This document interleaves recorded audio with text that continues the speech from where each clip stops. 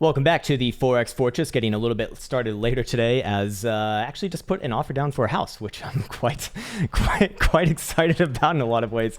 Anyways, plenty to talk about today as we do follow up on our short-term analysis from yesterday on the good old Forex land, and also follow up from this morning's video on Bitcoin on the short-term action as well. So with that in mind, as always, we'll start it off with the good old Dixie. And what do we see on Dixie? Still grinding out that $92 region, of which I wouldn't mind another few moves to the downside. Of course, we should maintain perspective of where this is in the greater nether regions of the long-term time frames. And still, as long as it's closing weekly dildos above about 92 bucks, I look at this as more or less likely to grind it out. Maybe it takes a few months here. However, as long as that condition is met, again, with weekly closes above about 92 bucks, I am essentially looking for this to glide sideways, get a few more tries to the downside, but ultimately pull through. And with looking at the shorter term time frames here, am I getting much out of this right now? I'm sure a lot of people are going to be calling bullish divergence based off this. And technically speaking, would you have? Well, no, because we're not making new lows actually just yet. So fair enough. There's actually none to be had at all in there.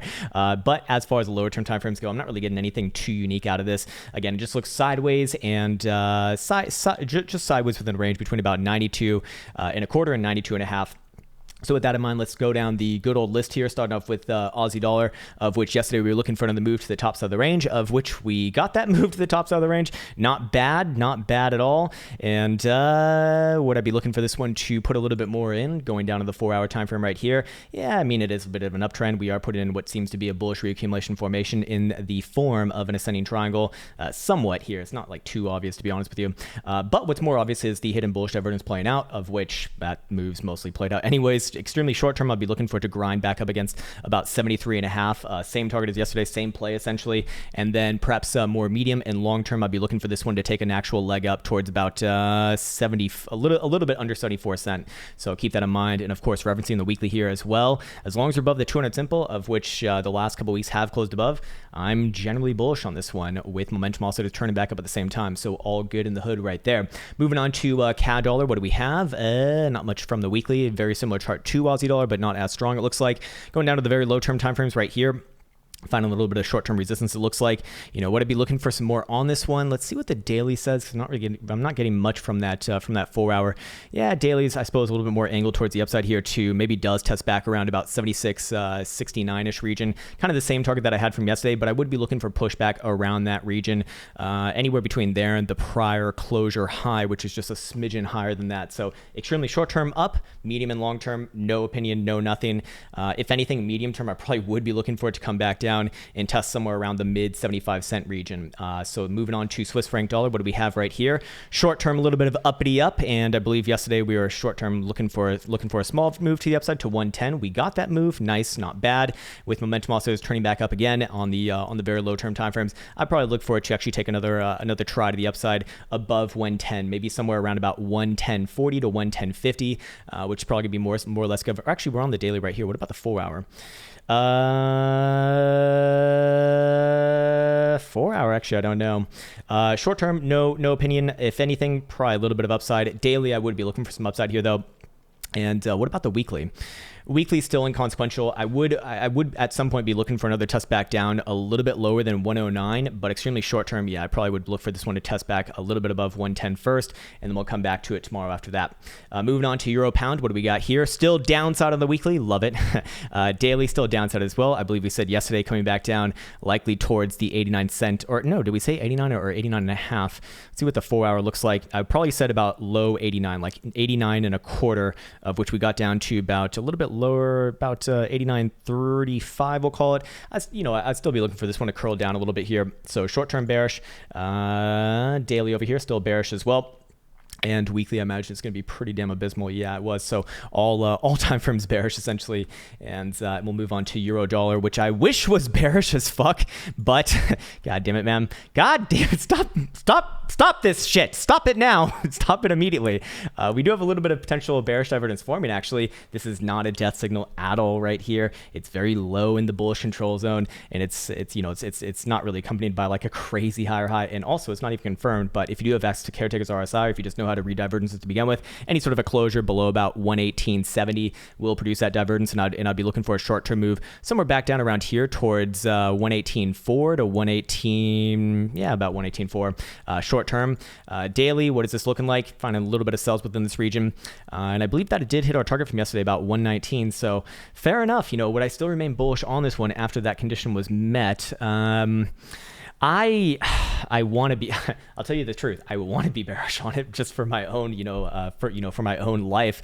But I don't think I can make a call on that one on the daily or weekly just yet. Short term though, I would be looking for that to play out with probably another move back down somewhere around about 118.4 short term. Maybe gets extension if things get a little bit crazier towards 118.25, but I don't think that's much to say else other than that. Looking at pound yen, what do we have here? Looking like it's getting ready for a little bit of an upside move. Perhaps back up towards around 138.75. I believe that was my target from yesterday. I essentially stay with that target. Nothing's really happened since yesterday, since we last spoke. It's just been sideways. Looking at the daily right here too.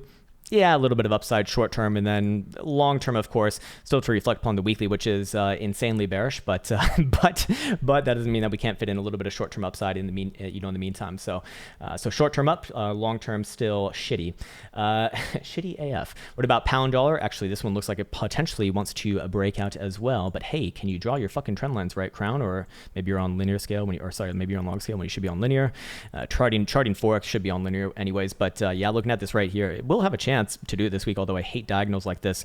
If anything, on the short term, I would be looking for this one to test back down, somewhere back down towards 132-ish region. Then again, I look at the 4-hour right here, and this is still looking okay. So to be honest, 4-hour, I don't feel all that confident about. Daily, though, I would be looking for it to test a little bit further south, and then we'll come back to it after that 132 target. Yen dollar, what do we have right here? A little bit of short-term selling. On the daily, what do we see on the 4-hour? Yep, I'd be looking for this one to pull back, probably back down all the way to about 95.78-ish region. And I believe yesterday, obviously, our target was met because we were looking at 96.10 to 96.20, and that, well, it actually got exceeded a little bit there. But yeah, I would be looking for this one to come down a little bit. Short term, what about daily? Daily, yeah, probably coming down a little bit more. Actually, 95.69 is where I'd be looking towards, and then weekly still good long term, so I don't have any issues with this as it is. But the short term time frame is, yes, I would be looking for a little bit of a pullback there.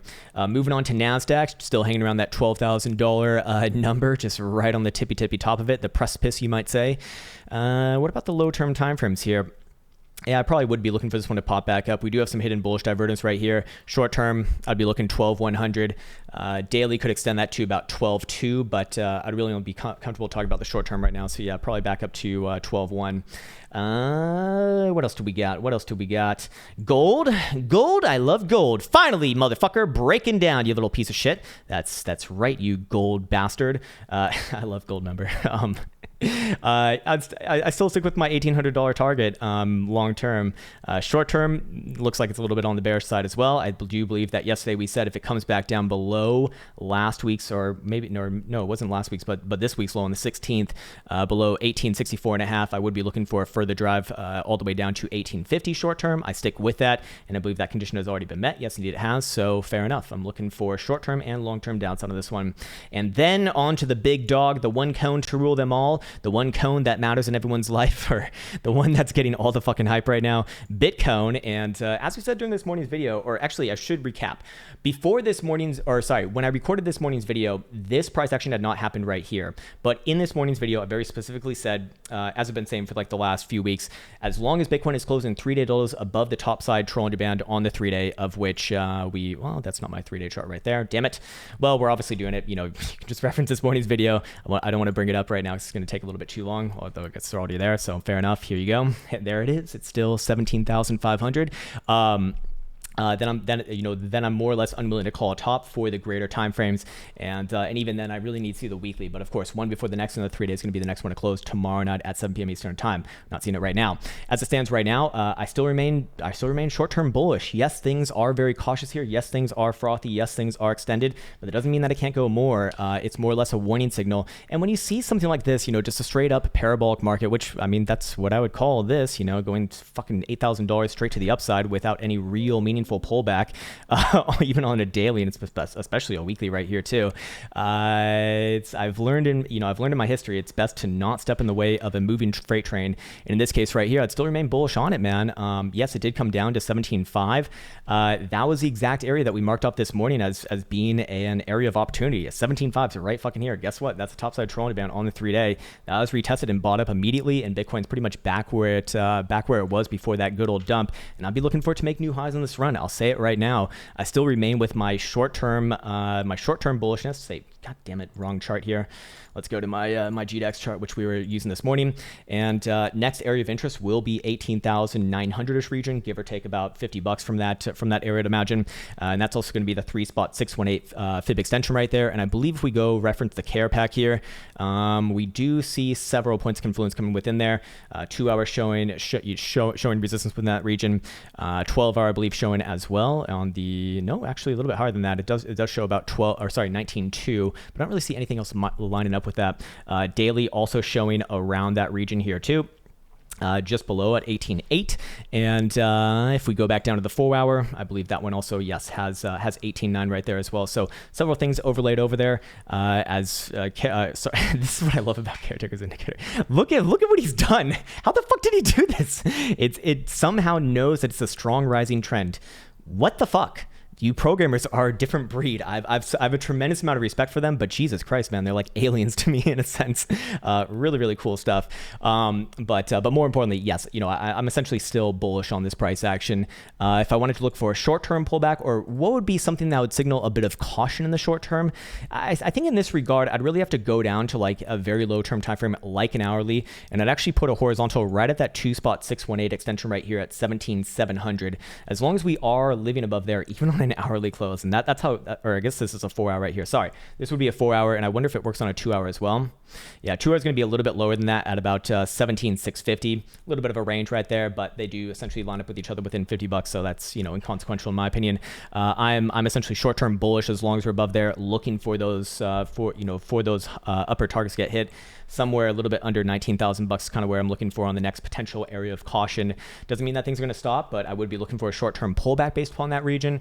And then if things want to continue onwards and further, then I believe the next level was like 19.3 or 19.5. It doesn't even matter at this point. It's up. It's fucking up. So fair enough. This is one of those special times within the market where I don't really trust too much in in anything. Historic volatility percentile is going to be helpful, but it's not going to get everything, of course. I mean, we're still expanding over here on the daily. Or at least going to have a chance to continue the expansion phase on a daily right now. I believe the 12 hour is doing the same thing. Yes, indeed it is, back above the moving average on it. Also a phenomenal closure right there too. So any sort of a test back down to 17.7, I'd actually be looking for a bounce off that area first and foremost. And then, if things do start to close like a 4 hour dildo or even a 2 hour dildo below there, yes, that would be a good cautionary signal, driving targets a little bit lower towards 16.5. 16.5 is the next weekly pivot though, so I would be looking for a big bounce there. And assuming that this next 3-day dildo closes above the critical area that we spoke about earlier, 17.5, I'd basically be looking for 17.5 to be the next sort of pivot going forward. So with that in mind, I guess I'm still cautiously bullish on the short-term timeframes, and very cautious, I suppose you could say, but I don't really have any real reason to change. Again, as long as that criteria is met for the short-term timeframes, and obviously the higher-term timeframe criteria has been unchanged. So with that in mind, there you go. There you fucking go, baby. Even with $1,000 dump, more than $1,000 dump that we saw this morning, at the end of the day, have to see closures, and in this case being bought right back on up, there's nothing bearish about that at all, in the short-term time frame. So again, critical eyes on the 17.7 region, but as long as we're living above there, I'm generally bullish here. So with that in mind, I'd like to wish you the best and the happiest. Take care, and until next time.